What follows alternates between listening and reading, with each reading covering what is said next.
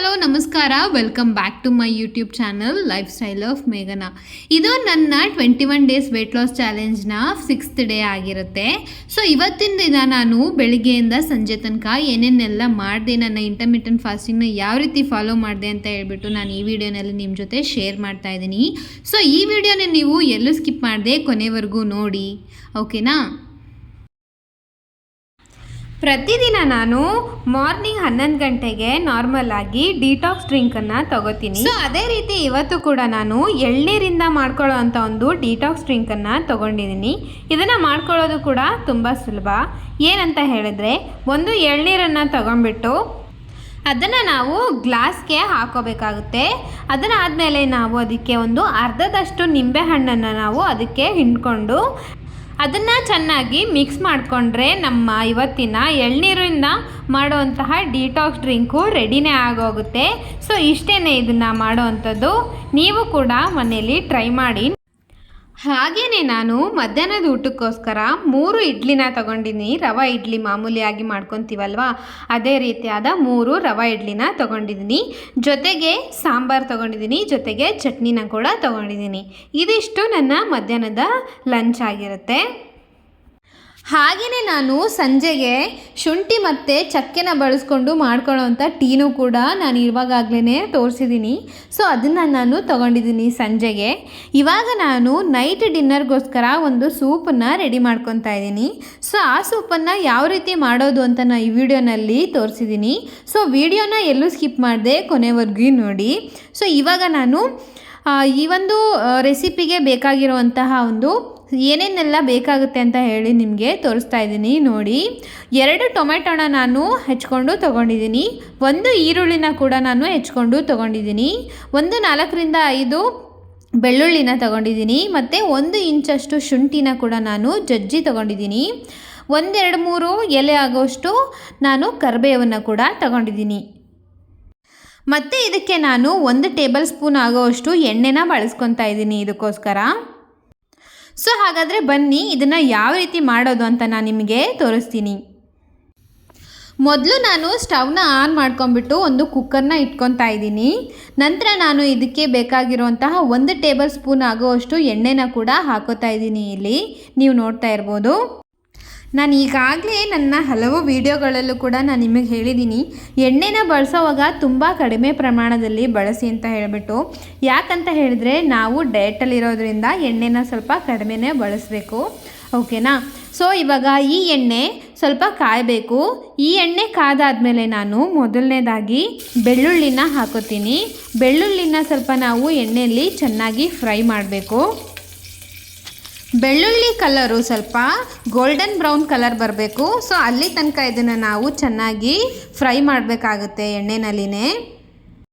ಬೆಳ್ಳುಳ್ಳಿ ಚೆನ್ನಾಗಿ ಫ್ರೈ ಆದಮೇಲೆ ನಾವು ಇದಕ್ಕೆ 1 ಇಂಚಿನಷ್ಟು ಶುಂಠಿನ ನಾವೇನು ಜಜ್ಜಿಟ್ಕೊಂಡಿದ್ವಿ, ಸೊ ಅದನ್ನು ನಾವು ಇದಕ್ಕೆ ಹಾಕೋಬೇಕಾಗುತ್ತೆ. ಶುಂಠಿನ ನೀವು ಜಜ್ಜಿ ಬೇಕಂದ್ರೂ ಹಾಕ್ಬೋದು, ಇಲ್ಲ ಅಂತ ಅಂದರೆ ನೀವು ಚಿಕ್ಕದಾಗಿ ತುರಿದ್ಬಿಟ್ಟು ಬೇಕಾದರೂ ಹಾಕ್ಬೋದು. ಆದರೆ ನಾನಿಲ್ಲಿ ಜಜ್ಕೊಂಡು ಹಾಕ್ಕೊಂಡಿದ್ದೀನಿ. ನಿಮ್ಮ ಇಷ್ಟ, ನಿಮಗೆ ಯಾವುದು ಅನುಕೂಲವಾಗಿರುತ್ತೆ ನೀವು ಅದೇ ವಿಧಾನದಲ್ಲಿ ನೀವು ಇದನ್ನು ಮಾಡ್ಕೊಬೋದು. ಸೊ ನೆಕ್ಸ್ಟ್ ನಾನು ಇದಕ್ಕೆ ಕರಿಬೇವನ್ನು ಹಾಕೋತಾ ಇದ್ದೀನಿ. ಕರಿಬೇವು ಕೂಡ ಇದರಲ್ಲಿ ಚೆನ್ನಾಗಿ ಫ್ರೈ ಆಗಬೇಕು. ಸೊ ಅಲ್ಲಿ ತನಕ ಇದನ್ನು ಒಂದು ಮೀಡಿಯಮ್ ಫ್ಲೇಮಲ್ಲಿ ಇಟ್ಕೊಂಡು ಹುರ್ಕೋಬೇಕಾಗುತ್ತೆ.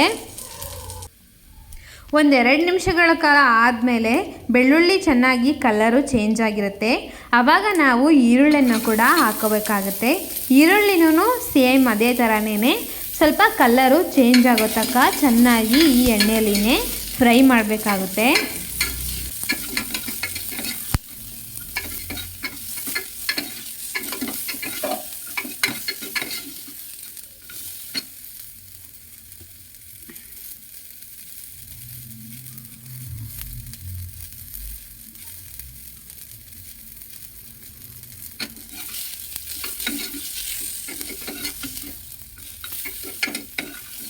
ನೀವಿಲ್ಲಿ ನೋಡ್ತಾ ಇದ್ದೀರಾ ಅಲ್ವಾ, ನಾನು ಎಷ್ಟು ಮಿನಿಮಮ್ ಎಣ್ಣೆನ ಬಳಸ್ಕೊಂಡಿದ್ದೀನಿ ಅಂತ.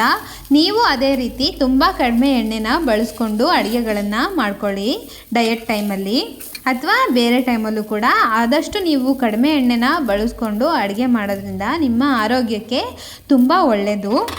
ಸೊ ನೆಕ್ಸ್ಟ್ ನಾನು ಇವಾಗ ಇದಕ್ಕೆ ಕಟ್ ಮಾಡಿ ಇಟ್ಕೊಂಡಿದ್ದಂತಹ 2 ಟೊಮೆಟೊನ ಹಾಕೋತಾ ಇದ್ದೀನಿ.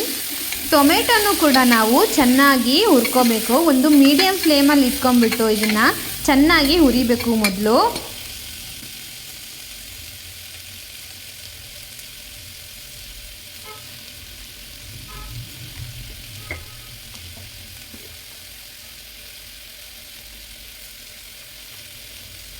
ನಾನು ಇಲ್ಲಿ ಖಾರಕ್ಕೋಸ್ಕರ ಅಚ್ಚ ಖಾರದ ಪುಡಿನ ಅರ್ಧದಷ್ಟು ಚಮಚದಷ್ಟು ಯೂಸ್ ಮಾಡ್ತಾ ಇದ್ದೀನಿ. ಪ್ಲಸ್ ನಾನು ಇದಕ್ಕೆ ಒಂದು ಚಿಟಿಕೆ ಆಗೋಷ್ಟು ಸಾಂಬಾರು ಪುಡಿನ ಯೂಸ್ ಮಾಡ್ಕೊತಾ ಇದ್ದೀನಿ. ಹಾಗೆಯೇ ನಾನು ರುಚಿಗೆ ತಕ್ಕಷ್ಟು ಉಪ್ಪನ್ನು ಕೂಡ ಹಾಕೋತಾ ಇದ್ದೀನಿ. ನೀವು ಕೂಡ ನಿಮ್ಮ ಎಕ್ಸ್ಟ್ರಾ ಮಸಾಲೆ ಏನಾದರೂ ಸ್ಪೈಸಸ್ ಇದ್ದರೆ ನೀವು ಅದನ್ನು ಕೂಡ ಆ್ಯಡ್ ಮಾಡ್ಕೊಬೋದು. ಇಲ್ಲ ಅಂತಂದರೆ ಇಷ್ಟಕ್ಕೇ ನೀವು ಮಾಡ್ಕೊಬೋದು, ಏನು ಪರವಾಗಿಲ್ಲ. ಸೊ ಇದೆಲ್ಲ ಮಸಾಲ ಆ್ಯಡ್ ಆದಮೇಲೆ ನೀವು ಒಂದು ಚೆನ್ನಾಗಿ ಮಿಕ್ಸ್ ಮಾಡಿಕೊಂಡು ಚೆನ್ನಾಗಿ ಎಣ್ಣೆಯಲ್ಲಿ ಫ್ರೈ ಮಾಡಬೇಕಾಗುತ್ತೆ. ಸೊ ಇದನ್ನು ಎಷ್ಟು ಚೆನ್ನಾಗಿ ನೀವು ಫ್ರೈ ಮಾಡ್ತೀರಾ ಅಷ್ಟು ಚೆನ್ನಾಗಿ ಸೂಪ್ ಕೂಡ ಬರುತ್ತೆ. ಸೊ ನೀವು ಕೊನೆಯಲ್ಲಿ ನೋಡಿ ಎಷ್ಟು ಚೆನ್ನಾಗಿ ಬಂದಿದೆ ಸೂಪು ಅಂತ ಹೇಳ್ಬಿಟ್ಟು ನಿಜವಾಗ್ಲೂ ನಿಮಗೆ ತುಂಬ ಇಷ್ಟ ಆಗುತ್ತೆ ಈ ಸೂಪು. ಓಕೆನಾ. ಸ್ವಲ್ಪ ಇದು ಫ್ರೈ ಆದಮೇಲೆ ನೀವು ಇದಕ್ಕೆ 1 ಅಥವಾ 1.5 ಗ್ಲಾಸ್ ಅಷ್ಟು ನೀರನ್ನು ಹಾಕ್ಕೋಬೇಕಾಗುತ್ತೆ. ಸೊ ಈ ನೀರನ್ನು ಚೆನ್ನಾಗಿ ನಾವು ಮಿಕ್ಸ್ ಕೂಡ ಮಾಡಬೇಕಾಗುತ್ತೆ. ಈ ನೀರು ನಿಮಗೆ ಎಷ್ಟು ಕನ್ಸಿಸ್ಟೆನ್ಸಿ ಯಾವ ರೀತಿ ಬೇಕು ಅದ್ರ ಮೇಲೆ ಡಿಪೆಂಡೆಂಟ್ ಮಾಡಿಕೊಂಡು ನೀವು ನೀರನ್ನು ಹೆಚ್ಚು ಕಡಿಮೆ ಕೂಡ ಮಾಡ್ಕೊಬೋದು. ಈ ನೀರನ್ನು ನೀವು ಹಾಕ್ಕೊಂಡಾದಮೇಲೆ ಕುಕ್ಕರ್ ಲಿಡ್ಡನ್ನು ಕ್ಲೋಸ್ ಮಾಡಿಬಿಟ್ಟು ಇದನ್ನು ನೀವು 1 ಅಥವಾ 2 ವಿಷಲನ್ನು ಕೂಗಿಸ್ಕೋಬೇಕಾಗುತ್ತೆ.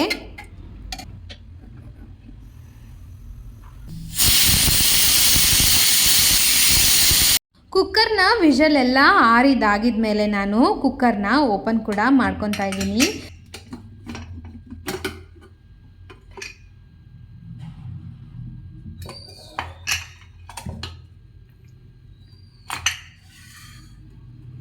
ಕುಕ್ಕರ್ ಓಪನ್ ಮಾಡಿದ ಮೇಲೆ ನಾವು ಇದನ್ನು ಒಂದು ಸ್ವಲ್ಪ ಹೊತ್ತು ಆರ್ಕೊಳ್ಳೋದಕ್ಕೆ ಬಿಡಬೇಕಾಗುತ್ತೆ. ಅದಾಗಿದ ಮೇಲೆ ನಾವು ಇದನ್ನು ಮಿಕ್ಸರ್ ಜಾರಿಗೆ ಹಾಕ್ಕೊಂಡು ಸಣ್ಣಕ್ಕೆ ನುಣ್ಣಗೆ ಇದನ್ನು ನಾವು ಮಿಕ್ಸರ್ ಮಾಡ್ಕೋಬೇಕು. ಸೊ ಅದಾಗಿದ ಮೇಲೆ ನಾವು ಇದನ್ನು ಒಂದು ಜಾಲ್ರಿ ಮುಖಾಂತರ ಇದನ್ನು ನಾವು ಸೋಸ್ಕೊಬೋದು. ಇಲ್ಲ ಅಂತಂದರೆ ನೀವು ಹಾಗೆ ಬೇಕಂದ್ರೂ ಇದನ್ನು ತಗೋಬೋದು. ಸೊ ನಾನು ಇಲ್ಲಿ ಇದನ್ನು ಸೋಸ್ಕೊಂಡು ತಗೊತಾ ಇದ್ದೀನಿ.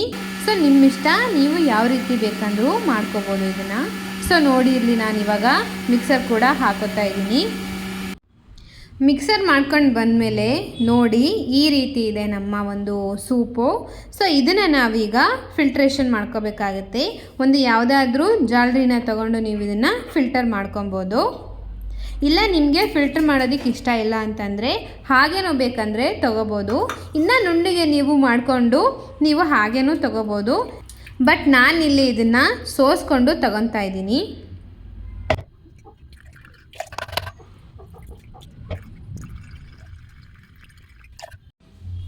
ಇವಾಗ ನೋಡಿ ನಮ್ಮ ಟೊಮೆಟೊ ಸೂಪು ರೆಡಿಯಾಗಿದೆ. ನೋಡೋದಕ್ಕೂ ತುಂಬ ಕಲರ್ಫುಲ್ಲಾಗಿ ತುಂಬ ಚೆನ್ನಾಗಿ ಕಾಣಿಸ್ತಾ ಇದೆ. ಇದು ಯಾವ ರೀತಿ ನಿಮಗೆ ನೋಡೋದಕ್ಕೆ ಎಷ್ಟು ಬ್ಯೂಟಿಫುಲ್ಲಾಗಿ ಕಾಣಿಸ್ತಾ ಇದೆನೋ ಸೊ ಅದೇ ರೀತಿಯೇ ಇದು ಕುಡಿಯೋದಕ್ಕೂ ಸಹ ಅಷ್ಟೇ ಚೆನ್ನಾಗಿದೆ. ಇದರ ಟೇಸ್ಟು ಮತ್ತು ಇದ್ರ ಕಲರು, ಇದ್ರ ಟೆಕ್ಸ್ಚರು ಎಷ್ಟು ಚೆನ್ನಾಗಿದೆನೋ ಅದೇ ರೀತಿ ನಮ್ಮ ಹೆಲ್ತ್ಗೂ ಸಹ ಇದು ಅಷ್ಟೇ ಬೆನಿಫಿಷಿಯಲ್ ಕೂಡ ಆಗಿದೆ. ಸೊ ಈ ರೆಸಿಪಿನ ನೀವು ಮಿಸ್ ಮಾಡೋದಕ್ಕೆ ಹೋಗಬೇಡಿ. ನಿಮ್ಮ ಮನೆಯಲ್ಲಿ ಒಂದು ಸಲ ನೀವು ಮಾಡಿ ನೋಡಿ. ಮತ್ತೆ ಇದೇ ರೆಸಿಪಿನ ನೀವು ಪ್ರತಿದಿನ ಮಾಡ್ಕೊತೀರ ನೀವು, ಅಷ್ಟು ಚೆನ್ನಾಗಿರುತ್ತೆ ಇದು. ಸೊ ಅದೇ ರೀತಿಯೇ ಈ ವಿಡಿಯೋನ ನಾನು ಇಲ್ಲೇ ಎಂಡ್ ಮಾಡ್ತಾ ಇದ್ದೀನಿ.